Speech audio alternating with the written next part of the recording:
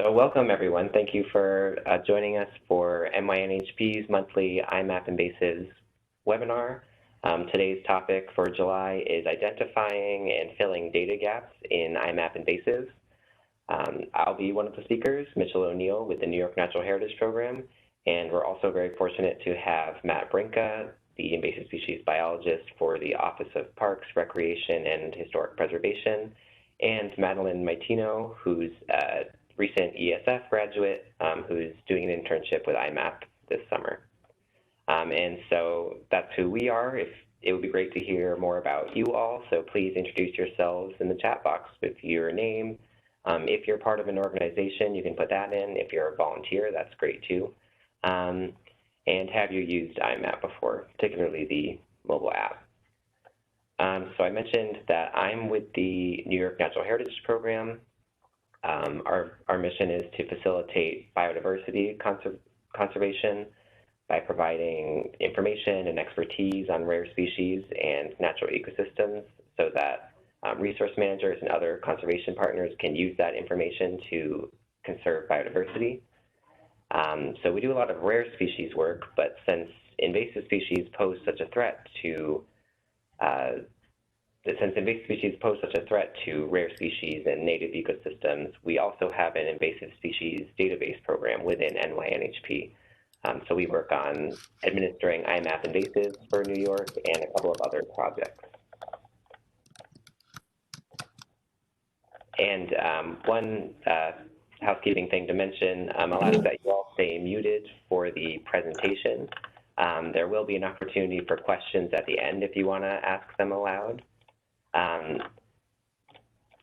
But you can put any questions you have into the chat during the presentation. And the chat box you should find, depending on what device you're on, but it should be a speech bubble button on the bottom of the WebEx screen.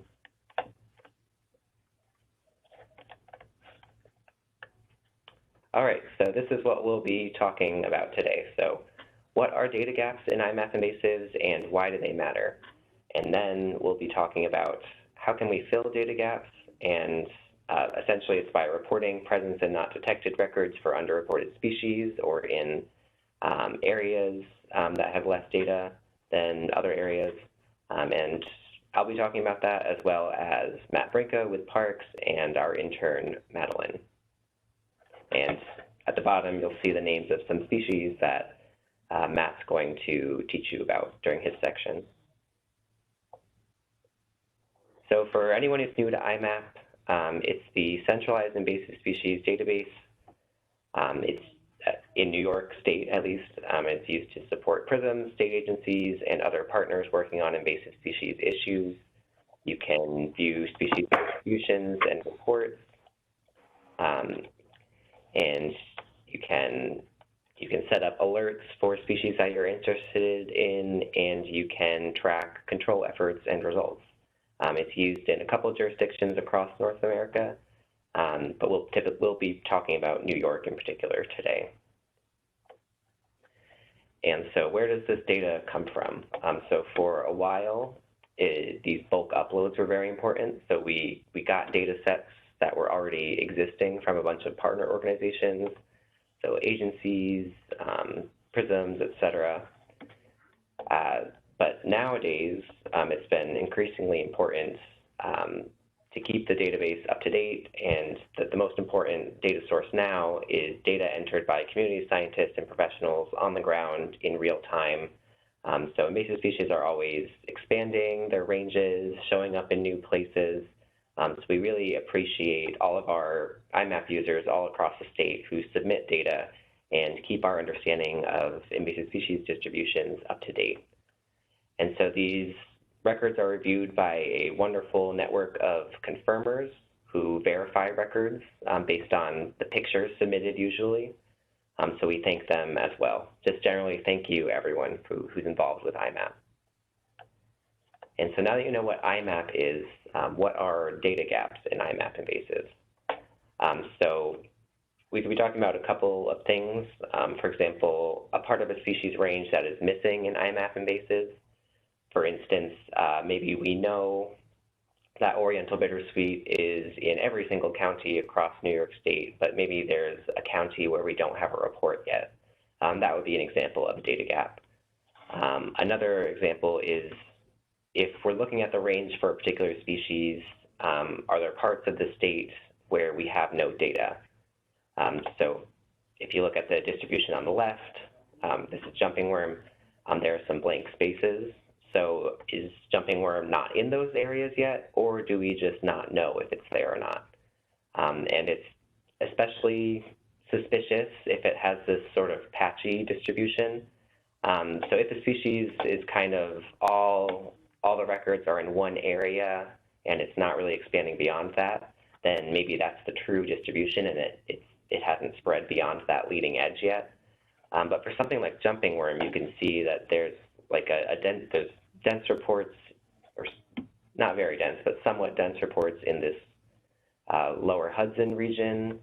But you can also see that it's popped up in northern New York. There's clusters in central New York. There's all of these different reports that are very far away from other known reports. So that kind of raises some eyebrows. So if it's here all the way up in northern New York, could it be in the rest of the Adirondacks? We don't really know. So one way to sort of fill in those gaps and figure out, is it really not there or do we just not know, is with not detected records. So those are yellow points in iMap, and you can see that kind of helps fill in our understanding for some areas, but there are still areas where we don't have any data for jumping worm. So for instance, there's all these areas across the state where we don't know if it's here or not. And really that the main concern here is we need to know where invasive species occur in the landscape to be able to address them. So from a practical standpoint, for example, you can't go pull mile a minute unless you know where the infestation is. You need to go to the infestation to pull it. But also more broadly, if we are looking at a distribution of a species and we're assuming that it is not present in the southern tier, then our strategy for that species will mainly be preventing the spread, and yeah, mostly prevention and preventing it from coming in and also preventing it from spreading. But if that species actually is present throughout the southern tier, then our strategy would be very different. So we need to know how widespread each species is across the state to know how we should strategize managing it. So that's what we're hoping for help with today, identifying these data gaps and then filling them in with presence and not detected reports. And we'll talk about that in 4 main ways. I'm going to give a brief highlight of our ongoing mapping challenge right now, which I'll talk about in just a second. But also we'll talk about surveying for statewide underreported species, which Matt has selected and will give some species ID tips on. We're also going to talk about how to identify data gaps in your own local area using the iMap interface. That'll be done by our intern, Madeline. And then I'll wrap it up by giving a recap of how to report presence and not detected records to iMap. So some of you may be familiar with the iMap challenge. For those of you who are not, it's an annual citizen science effort, started in 2016. The main goal is to fill in data gaps for iMapInvasives for some focal species that were identified as underreported, at least when the challenge began, and to also grow our user group to better monitor invasive species in New York, because citizen scientists are so critical in mapping invasive species. New York State is huge. We couldn't possibly cover the whole state with just professional staff, so we really appreciate volunteers who are helping fill in those gaps. So the species this year are water chestnut, which is an aquatic invasive that's pretty widespread in New York. Jumping worm, which I mentioned with the distribution map before. It's not your typical worm that most of you are probably used to. You can tell it's different the way that it wriggles and jumps and slithers like a snake almost, rather than the slow expanding and contracting motion we're used to with most earthworms. We also have Tree of Heaven, which is of concern because it's a host plant for spotted lanternfly. European frogbit, which is another aquatic plant that's potentially underreported. And then this year we also added this new species, beach leaf disease. I won't talk about that now because that's actually one of the species that Matt has chosen to talk about so you'll hear more about that later. So for an overview of how the challenge works, essentially the top contributing individual for each species will be the winner, and we'll mail you a certificate and some other fun things like stickers, bumper stickers, other bookmarks, stuff like that. And also the top contributing prism, so the prism with the most records for each species gets a trophy, and you can see pictures of some of the trophies here. So it's a really fun challenge. I encourage you all to participate. And you can go to iMapInvasives.org for live maps and the leaderboard. And I do want to mention not detected records do count towards the challenge. So I encourage you to go out, and even if you don't find the species, still report not detected records to help your prism win a trophy. And this challenge is actually almost over. It's the month of July, so you've got today, Thursday, Friday, and Saturday. I think that's the last day of July, but there's still time. So this is the leaderboard. You can see it's some of the species. It's very close. For instance, for a jumping worm, we have there are 28 individual people who have all submitted one record. So it's a 28-way tie right now. So really, if any of you go out, look in 2 places, and then report those to iMap, congratulations, you'll be at the top of the leaderboard. So I encourage you to go and check for jumping worms. I'm going to ask everyone to just remain muted, please. You can see a little microphone icon. It should be red with an X through it. Yeah, so jumping worm is still a really close game. Another one where there's still an opportunity to get up on the leaderboard would be European frogbit. That's one of the species where we've been getting less data than the other species, so I encourage you to check for that species. And even for the species where there are a lot of reports, it's still pretty close at the prism level. So for example, if anyone here is from Long Island, you're really going to need to go out and report some beach leaf disease to help keep Lisma's lead, because there are other prisms that are very close behind it. Yeah, so you can find more information at nyimappinvasives.org/challenge. There's info on how to identify all these species, how to participate. I really encourage anyone interested to look for these species and report them. And I have one final note on the aquatic species on that list. So we do have leads in some water bodies. So these are places where someone has either told us that they saw the invasive in that lake, but there's no photo, we can't verify it. They may have submitted an unconfirmed record to iMap. So these are some lakes where there could be water chestnut, but we don't have any verifiable record of it. So there's a couple in the Adirondacks, Great Sacandaga, Long Lake, Harris Lake, some in the Finger Lakes, and some in the Catskill region. And then likewise for frogbit, there's a couple potential locations. So a couple lakes up in the St. Lawrence River area, Skinny Atlas, and then in Western New York we have Chautauqua Lake, and then the eastern part of Lake Erie. So the main thing here is if you are near one of these water bodies on the map, I encourage you to check for these aquatic invasive species and report what you find. And remember, if you don't find it, you can still report that. So report a not detected record. And that would really help us figure out what's going on at these lakes. So is the species really there, or was it just a false report? And so that's all I have on the mapping challenge, and so now we can go into the next part of the presentation, which is some statewide underreported species that Matt Brinka, the invasive species biologist with Parks, will go through. So take it away, Matt. Thanks, Mitch. I should just go into my backyard and start taking pictures of jumping worms because I think I have hundreds of them. Yeah. Maybe that's cheating, but I do want to preface this section with that the unknown data gaps for iMap is large.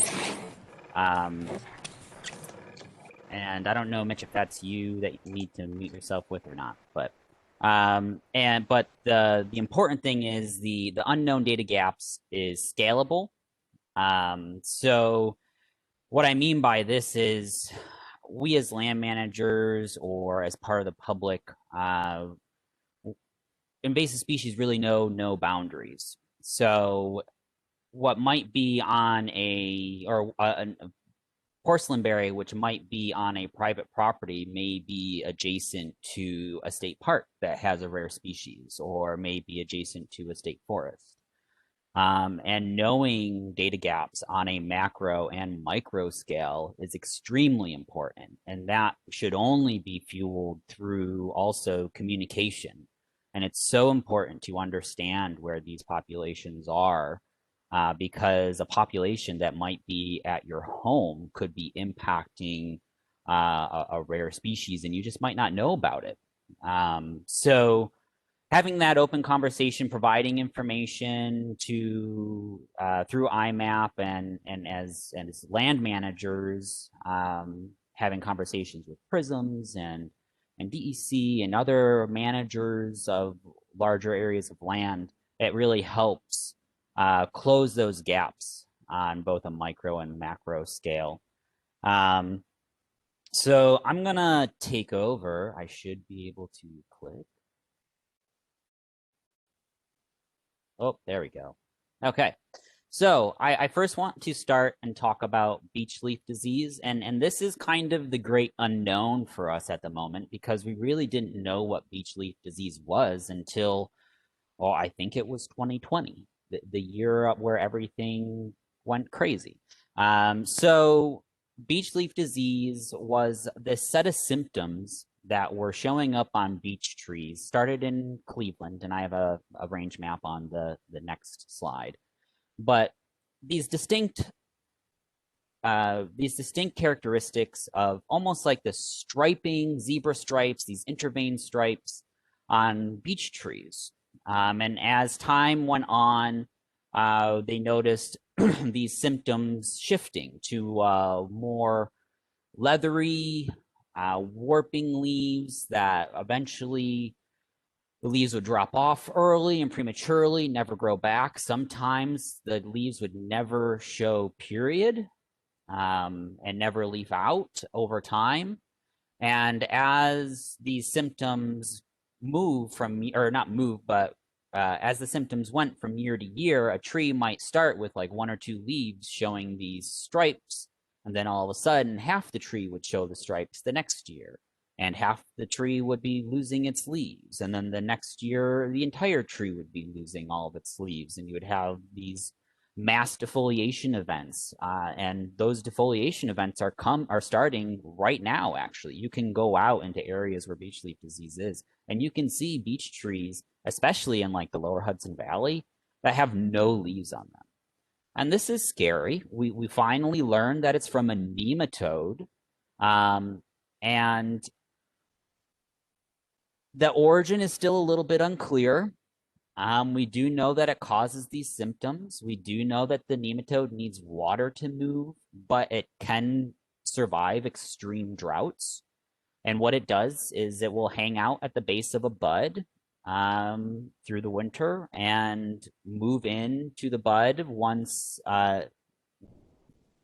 spring comes around, and the damage to these leaves, we believe, is caused in the bud. So when the leaf comes out, there might be severe damage, or the leaf won't even leaf out, period, once you have really severe symptoms. And the fear is, as with all of our deciduous trees, if there are multiple years of defoliation, there's death. And a horrible thing about beech leaf disease is we have no cure for it yet. We have no treatment methods. We're trying to figure that out. We also don't know how it's spread. We have some ideas on how it's spread. Maybe birds or wildlife, humans through walking and collecting dirt in your boot tread, maybe moving some dormant stages of this nematode to potentially other areas. But we have witnessed jumps of potentially up to 50 miles. But again, that goes into question, is that actually a true jump of 50 miles? Is a bird carrying that 50 miles? Or is there just severe data gaps within our knowledge of where this is? And this is something that's really grabbed our attention, not just at state parks, but DEC and Forest Service and all the other major players, because beech trees, especially in New York, are very, very important. And we could say that with all of our trees, but beech trees are a big food source. There's a lot of them. There's some forests in New York State where beech trees almost make up 100% of the canopy. So there's fear here, especially since this can impact recruiting class and adults alike. We don't know much more.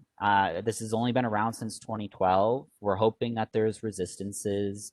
We're hoping that there's trees that will survive this and so on and so forth. And we're hoping that we can figure out a way to stem this tide. But the best thing for us to do now is understand where it is and how those forests and trees are declining.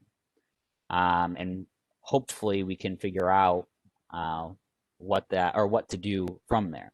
And that's all people who get paid way more than me and you, and researchers and universities really trying to figure this out.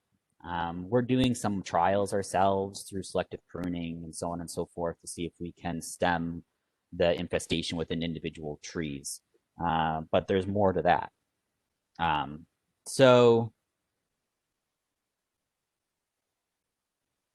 Oh, it's not clicking. I don't know if you clicked to mention it. Said I had to click again. So the distribution, you can see it started in the Cleveland area, and you can see these big data gaps. This is where we know it is. We had a small scare in like this area of the state last year or last winter. We thought we saw some leaves that had lingering symptoms, but we didn't find any this spring.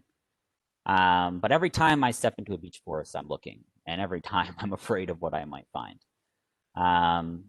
So definitely keep an eye open for this, because we need to know where this is, so we can monitor this decline and figure out what we're going to do in the future.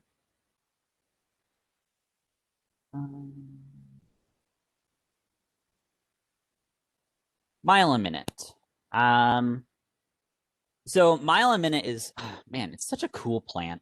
And pay no attention to the adorable little weevil in the top right. I'm going to talk about him in a second. But mile a minute is actually an herbaceous annual vine. A lot of the vines that we have in the state are woody, like our grapes and oh my gosh, Virginia creeper. There we go. But mile a minute grows back every year. And it can grow actually about 20 feet per year, which is crazy. Nothing like kudzu, but it definitely, you can see why it gets its name mile a minute. And the easiest way for me to ID this is through those really distinct triangle leaves with those nice spines on them. On the stems. Also, the iridescent, or the fruit, it has like these iridescent berry-like fruits. They actually, one plant can have thousands of seeds, and the seed bank can last around 6 years. And this plant is just very aggressive. Like I said, very fast growing, and it will grow just about anywhere. It loves disturbance and can often go in right away. And it can be very difficult to remove, especially if you're doing it by hand. A lot of people don't want to grab that, um, don't want to get cut up on their hands. But we do have some other things that can help, and I'm going to direct us to that adorable little insect on the right. That is actually a biocontrol that used to be free for like participating organizations in the biocontrol study, but now costs a little bit of money. But they'll actually defoliate the myelin in it, and we can use biocontrols to help provide elongated, um, more cyclical control of a variety of species, but for this myelin in it. And it might not 100% control a population until the population of the biocontrol of those weevils gets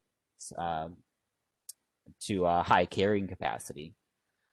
But it can definitely help, especially when paired with other control methods.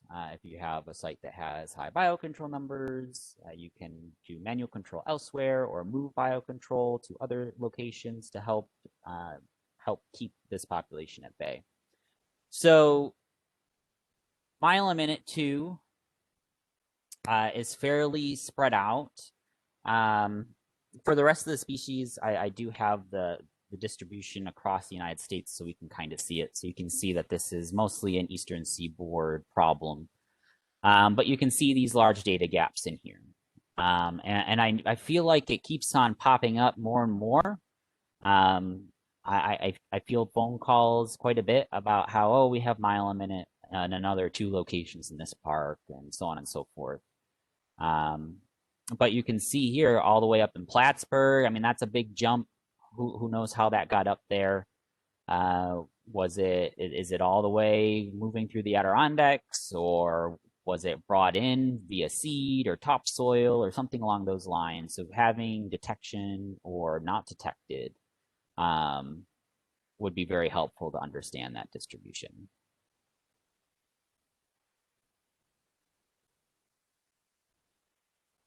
Scotch broom is another one. This is actually part of the pea family. And this is actually, this is such a cool plant. I used to live in Washington State, and this is a huge pest out in Washington State. It's all over the place, especially in the medians of highways and so on and so forth. It kind of looks like barberry, but when it has its flowers, it has its bright yellow flowers.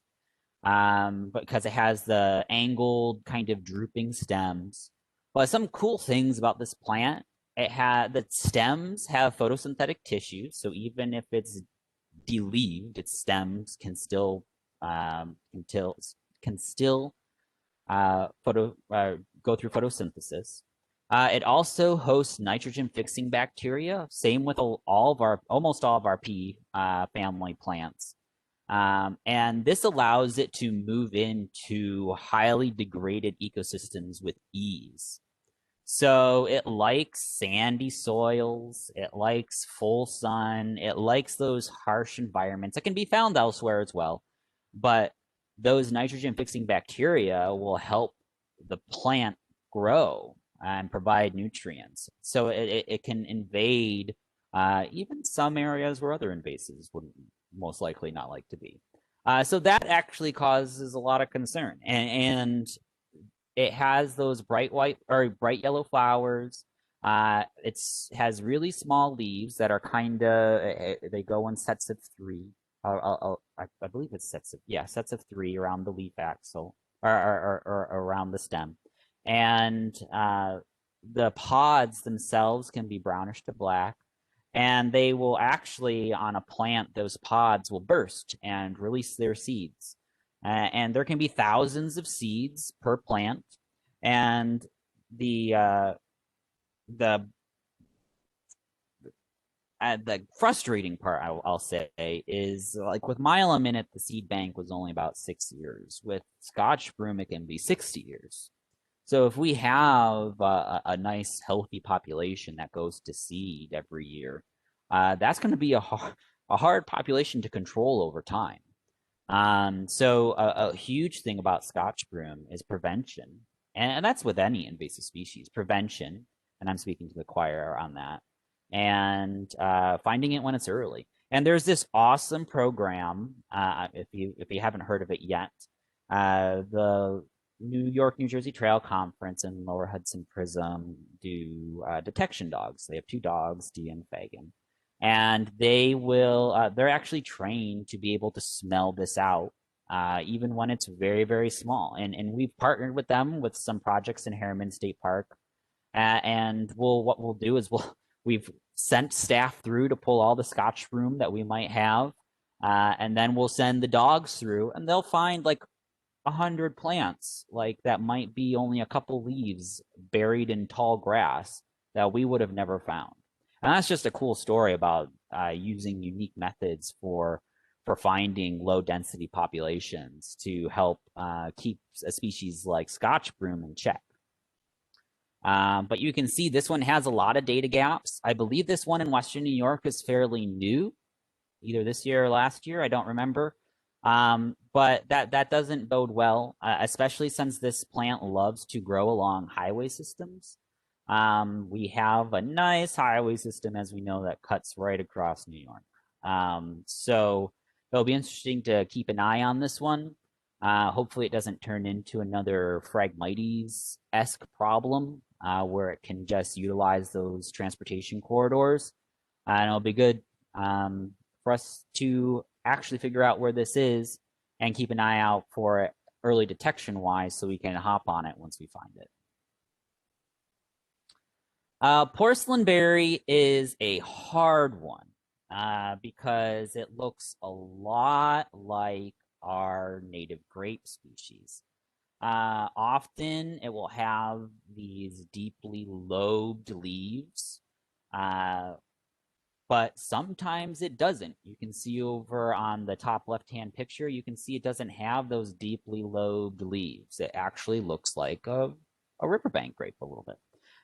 So that can be difficult to ID, especially early in the season when there's no fruiting structure, flowers.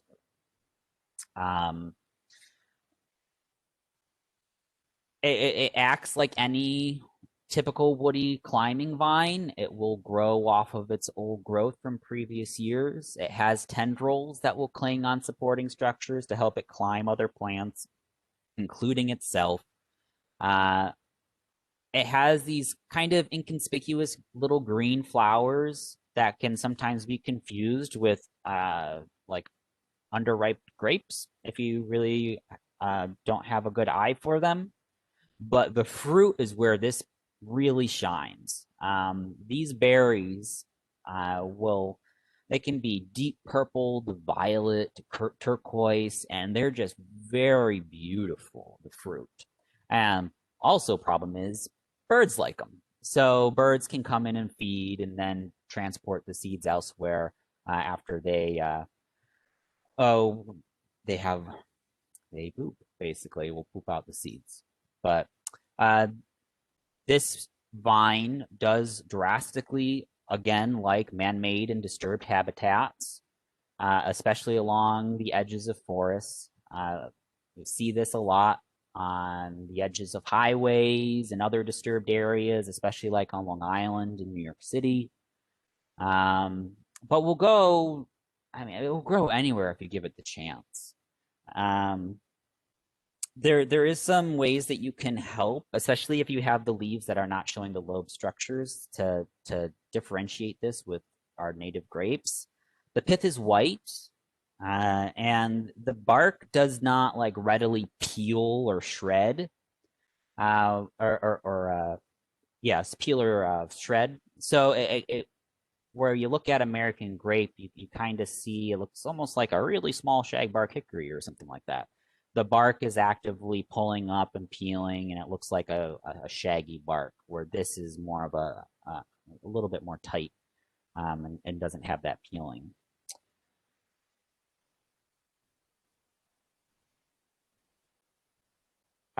Checking the pith, you can just cut it and look and see what color the pith is. It's the center of the stem. And here's the range of it so far. You can see it's creeping up the Hudson River corridor, but there are some of these isolated populations which have some concern. I do know we're battling this in the Finger Lakes area and some of our gorge parks. Those gorge faces make it really difficult to control, and so we don't want them to get in there to begin with, and then have a spread from there. And then this one is a unique one that we might not think about a lot, is watercress. And we've been dealing with this on Long Island in our Connecticut State Park Preserve, but it is definitely elsewhere in the state. And this is watercress. Yes, the watercress you buy from grocery stores and you eat. This can actually be highly invasive to lakes, ponds, rivers, streams, drainage ditches on the side of the road. But it can create thick, dense mats. It is a perennial, so it comes back year after year. And when it gets really bad, those thick mats can alter flow and functions of streams. And when we talk about natural environment, it's definitely difficult, or it has some drastic impacts, especially if you're impacting flow of streams that have fish and other species that rely on that water source. And in arid environments, that's even worse. It can lead to like flooding and so on and so forth. Not like wide scale floods. I'm not saying like you're going to lose houses because of watercress, but this is difficult because a lot of people might throw this out in their compost if they don't eat it, or plant it on purpose because they want to eat it. So this is definitely something to keep an eye out. It has these distinct alternate leaves, and it has a nice white flower. There is a native species that I have actually confused it before, and I can't think about it off the top of my head. Steve Young would be very mad at me. But there's definitely a native species that this can look like. It won't get the same type of flowers, and it doesn't have those distinct leaflets. And the slender fruit pods, which I do not have a picture of up, I apologize, will actually have two distinct rows of seeds in it. So like if you were to break open a seed pod, you would see two rows of seeds.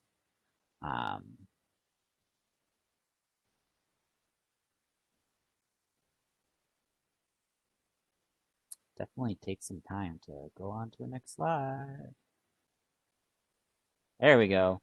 And you can see this one, there's a, this is almost like a perfect scatter shot for New York State. This is like your quintessential, this is probably underreported because we have these one or two hits almost across the entire state. And you can see it's pretty widespread in the United States as well. And a lot of people don't think about this as an invasive species because you can buy it in a grocery store. But it does have that impact. So if you find this, make sure you report it. Or if you find any of these species, make sure you report them. I have one more slide. These were a couple that we were thinking about throwing in, but we didn't. I don't have anything against Japan. This is just the way it came out. Maybe it's like an affinity with the Olympics going on. But these are a couple of species that are underreported across the state, and you can go in and look at them. Japanese hops is this top right picture. It kind of looks like a very distinct maple or also potentially porcelain berry. Kudzu is the top left. It has that distinct three leaves. Kudzu, I believe, if I remember correctly, can grow like almost a foot a day sometimes. It is a very fast grower. It's called like the plant that ate the South. If you look up some pictures of kudzu, it is everywhere. I have actually been watching some cool videos on how they've been using cows to help graze and control kudzu in areas of Kentucky, which is interesting. Japanese angelica tree. It looks a lot like some other trees that have these leaflets sticking out, but this has some sharp thorns on it. This is a concern because we actually have a species in New York. A lot of people call it like devil's walking stick. Um, that is an S1, which means it's very, very rare. There might be only one or two other populations left in the state. And Japanese Angelica tree can actually hybridize with that, and that's not fun. So this is definitely good to know where it is. So not only can we prevent it from being an invasive species, but so we can prevent it from hybridizing with that rare native species. And this is the Japanese lilac tree, bottom right. It's a lilac tree. What can I say? A lot of people plant these in their gardens, and we've started to notice that they are escaping into the natural environment. And that is a whole nother conversation about sleeper species and climate change that we're not going to get into today, but hopefully we can talk about some other time. So that's all I have, Mitch. If there's any questions, be happy to answer them as they come in the chat. But otherwise, please try to report on those to help us understand where those data gaps are, and not just on a macro scale. It would be helpful to know on a micro scale too, from town to town or even property to property would be very helpful. So thank you. Thanks so much.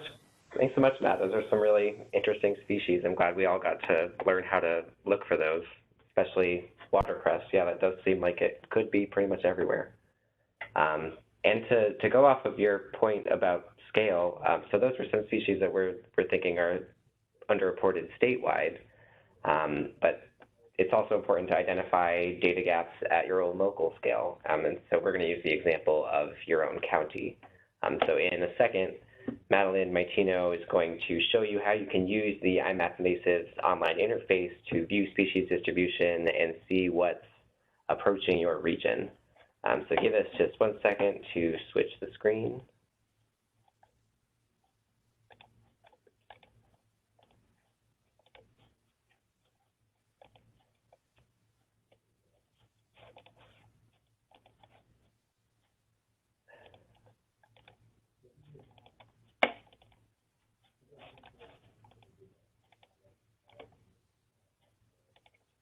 Hold on 1 second.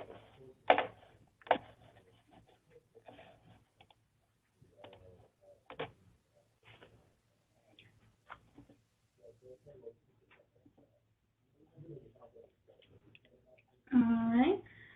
Thank you, Mitch. Hi, everyone. My name is Madeline Maitino, and I am a SUNY ESF intern, interning for iMapInvasives, doing some social media and leading training sessions like this. So to get started, navigating the interface and identifying your local data gaps, make sure you go to nyimapinvasives.org. And this is the jurisdiction for New York, their website. And you can click login at the top right. And you can enter in your login credentials here, or if you don't have an account, please feel free to sign up. You won't be able to access all the features unless you have an account. So we highly recommend that. So we'll just log in really quickly.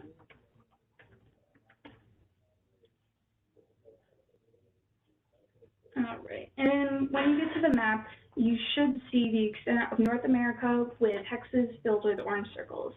And each of these hexes and circles represent the confirmed records of invasive species, and the larger the circle, the more records are in there. These are summed up so that you're not seeing tons of tiny little points everywhere. And once you were to zoom in, you will be able to see the individual records. So to orient you, we have our main menu in the very top left-hand corner. And just below that, we have our navigation tools. And across the top right, we have our action tools. And below that, we have our geographic layers menu. Here you can toggle on different types of data layers, as well as change your base map to satellite and other types of base maps. And so if you'd like to view a distribution of a species, the first thing that you want to do is go into the Filter Records tool in your Action Tools. And it should pop up with a menu. And I highly recommend switching on to the New York species list, as different jurisdictions can have different names for species. Today we'll be doing common frogbit or European frogbit, which is another underreported species in New York, as we were talking about earlier a little bit. And so you can search the species by typing it in and then choosing it from the drop-down menu here. And you can click Apply Filter once you're happy with your filter settings, and close out that menu. And you can see that there's no longer hexes in anywhere except for where there's common frogbit. And so if we zoom into New York, oops, sorry about that. All right, you can also use the plus and minus signs over here to zoom in and out, and pan around by clicking and dragging.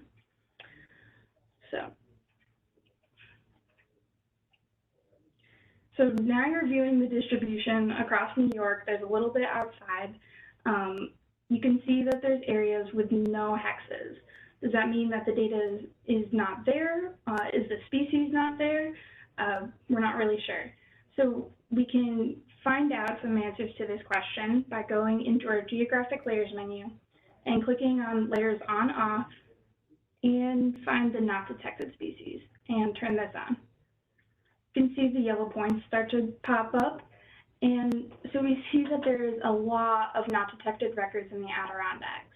This is what we want to see. This means the species is not where every single one of those points are.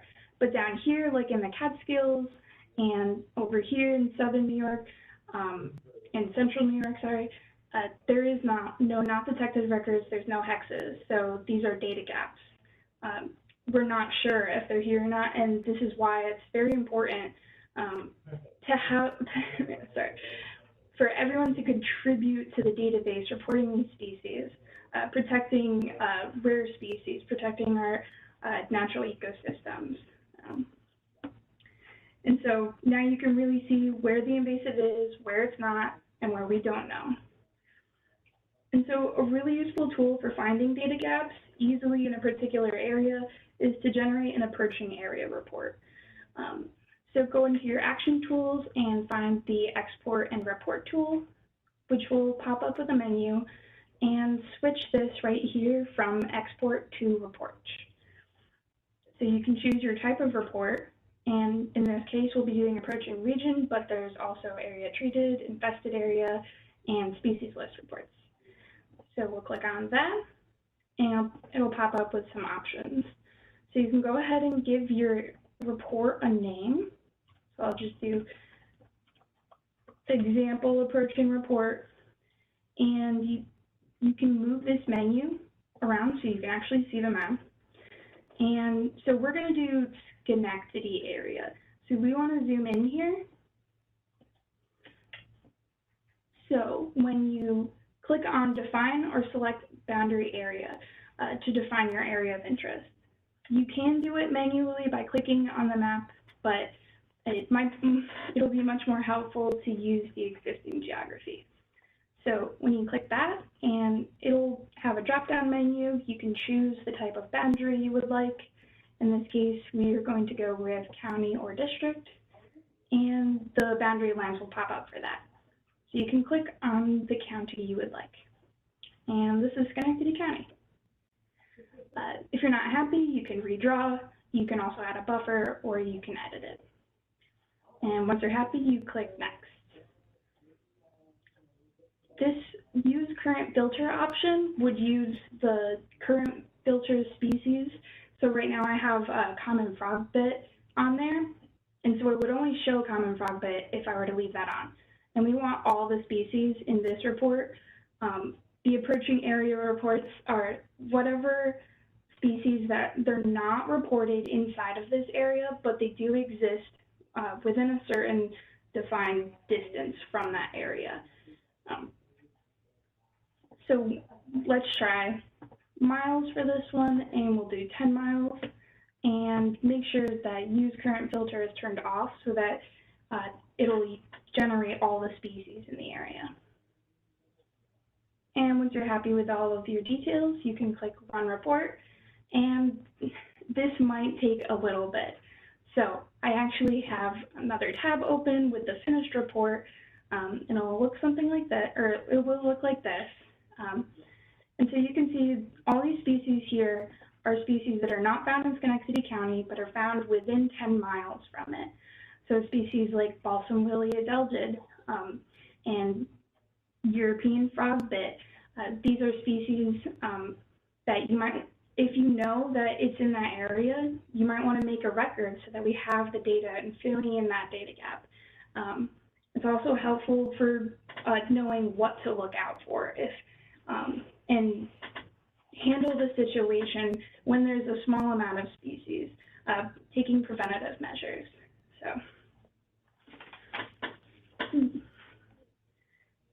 And sorry, you can also print, or you can save it to PDF or copy the data into Excel so you can utilize this data. And that's all I have for you guys today for the viewing species distributions and generating the report. So I will hand it back over to Mitch. Thank you. Awesome. Yeah, it's good. You kind of highlighted one really key thing that it's really important to us to, for each county, have a record of what species are there.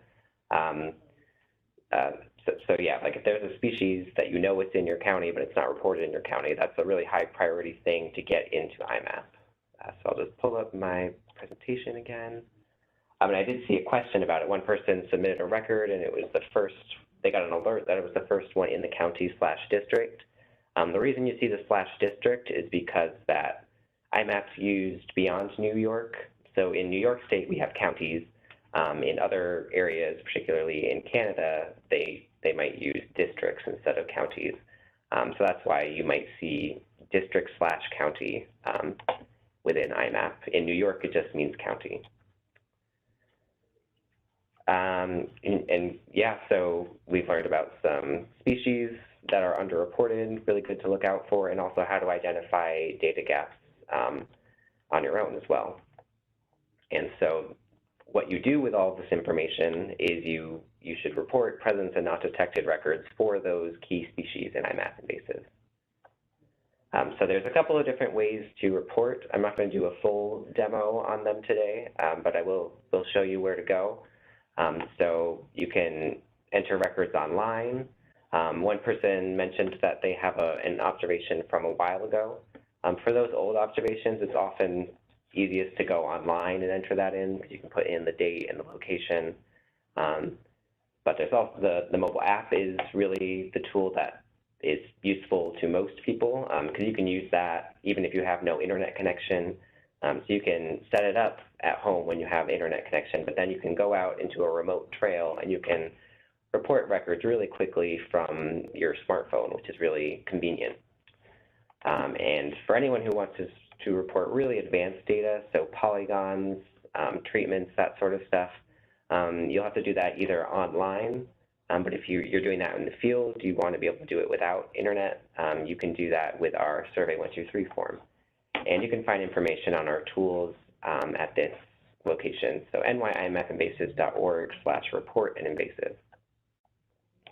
And so here's the basic workflow of the app.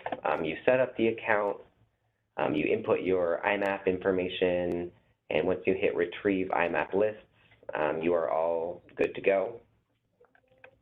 And then once you've gotten that success message, you can then add observations using this button here. One thing I'll point out, so you can take a photo directly in the app, or you can select a photo from the library. And as of a couple weeks ago, a new IMAP update, if the photo you're selecting from your library, if you choose this option, if it has location and date metadata attached, the app will actually pull that in automatically. So you could use this on a picture you took last week, for instance. One thing I want to point out is the species not detected. That's how you report that you've looked for something but didn't find it. And then once you've reported some records, you'll have you'll have this screen and you'll have a bunch of yellow cards for all of the records you've taken. So those are all on your phone. The way to get them up into the online database is to click this upload selected and make sure you select the ones you want to upload. And just to recap, you set it up when you have internet.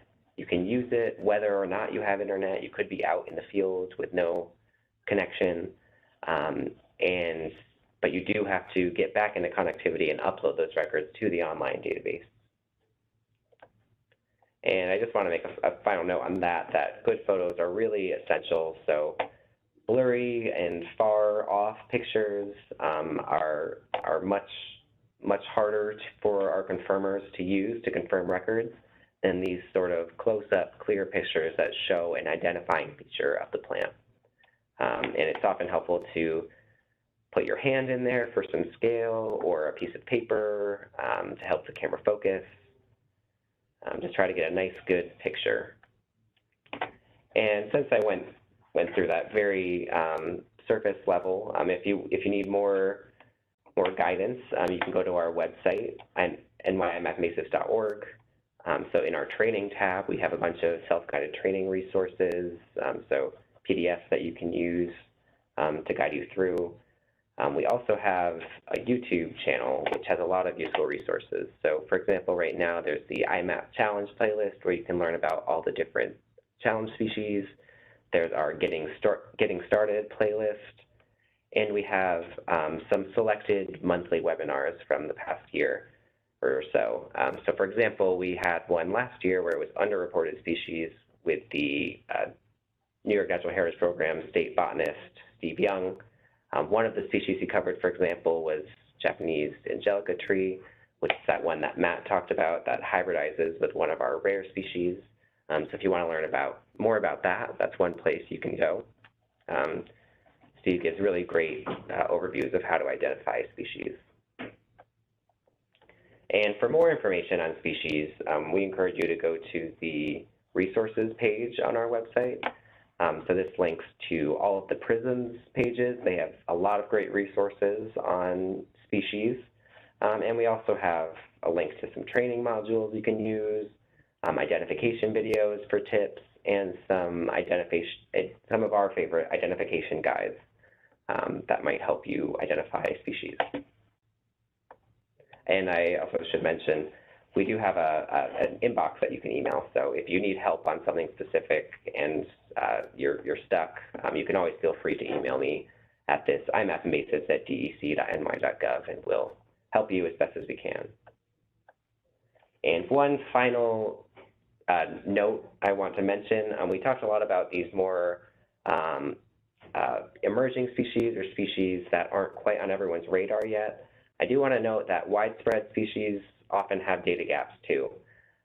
So for example, there's a project at RIT where they're using street view images to essentially sort of look at all the street view imagery for all the streets in New York and see where there are, where the algorithms can identify from the photos these common street side species. So Phragmites, knotweed, purple loosestrife, tree of heaven, all pretty common and widespread throughout New York State. Tree of heaven, not so much in the northern part of the state, but it's still pretty widespread. So we are still trying to fill in data gaps for species like that as well. And there is also a volunteer citizen science opportunity here. So we're looking for people to help with on-the-ground validation of the model predictions. So for example, those 4 species were predicted in certain locations within these areas, and we want someone to go out and check that location to, for instance, make sure it's tree of heaven and not sumac or something like that. So if you're interested, if you live near one of these sites, particularly the ones circled in yellow where we're looking for people, I encourage you to join our project. So I did put a contact email here, but I will include a link directly to the sign-up form for this project in a follow-up email, so you can also sign up that way. And as our take-home messages, I just want to reiterate that you can support invasive species efforts in New York by filling data gaps in any of the following ways. You can join one of our mapping efforts. for example, the mapping challenge, the street view imagery project, or the Tree of Heaven and Spotted Lanternfly grid square effort. You can also help by reporting an underreported species, presence or not detected, for example, watercress. And you can also explore the database to uncover more local scale data gaps and fill those in by looking at distributions and using the report tools in iMapInvasives. So any of those three ways are hugely useful for improving our database. And so with that, I know we did go 2 minutes over. Thank you so much, everyone, for sticking with us. I'll check the chat box to see if there's anything else. I don't see anything, but please enter any questions. Thank you all for attending today.